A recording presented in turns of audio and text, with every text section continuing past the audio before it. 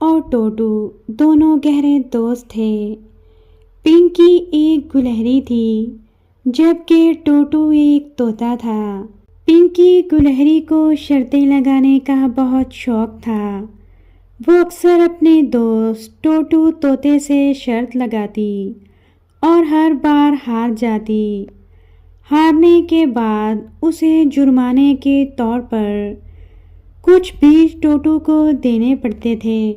ٹوٹو طوطا ایک مرتبہ کانٹے دار جھاڑیوں میں پھنس گیا تھا جس سے اس کے پنجے کا ایک ناخن ٹوٹ گیا تھا اور اس کا پر بھی زخمی ہو گیا تھا۔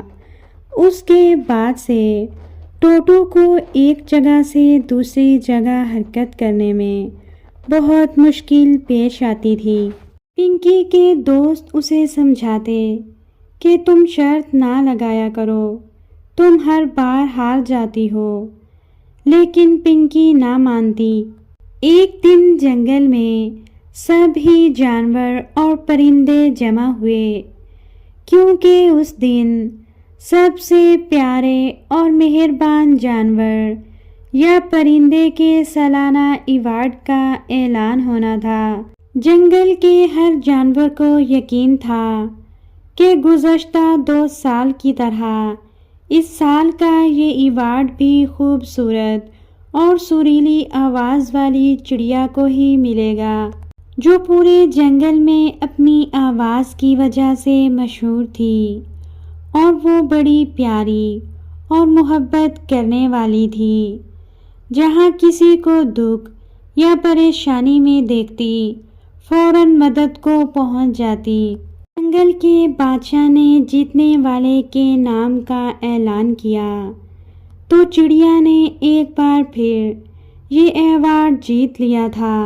سریلی چڑیا جب شیر کے پاس آئی تو اس نے کہا، میری نظر میں اس بار کا سب سے پیارا اور مہربان جانور کا ایوارڈ پنکی گلہری کو ملنا چاہیے۔ بادشاہ نے پوچھا، وہ کیوں؟ وجہ بھی بتاؤ۔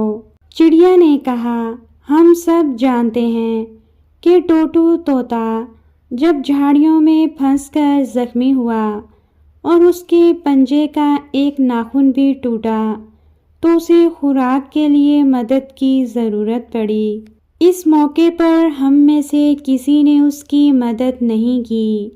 ہم نے یہ بھی دیکھا کہ پنکی گلہری اس کے ساتھ شرط لگاتی اور ہر بار ہار جاتی ہے۔ کیا کسی نے سوچا ہے وہ ایسا کیوں کرتی ہے؟ شیر نے پوچھا، کیا تم جانتی ہو وہ کیوں کرتی ہے ایسا؟ چڑیا نے کہا، وہ جان بوجھ کر ہارتی ہے تاکہ اپنے دوست طوطے کی مدد کر سکے اور اسے خوراک مہیا کر سکے۔ یہ سن کر جنگل کے سبھی جانوروں نے پنکی اور ٹوٹو کی طرف دیکھا جو دونوں ساتھ ساتھ کھڑے تھے اور بہت خوش تھے۔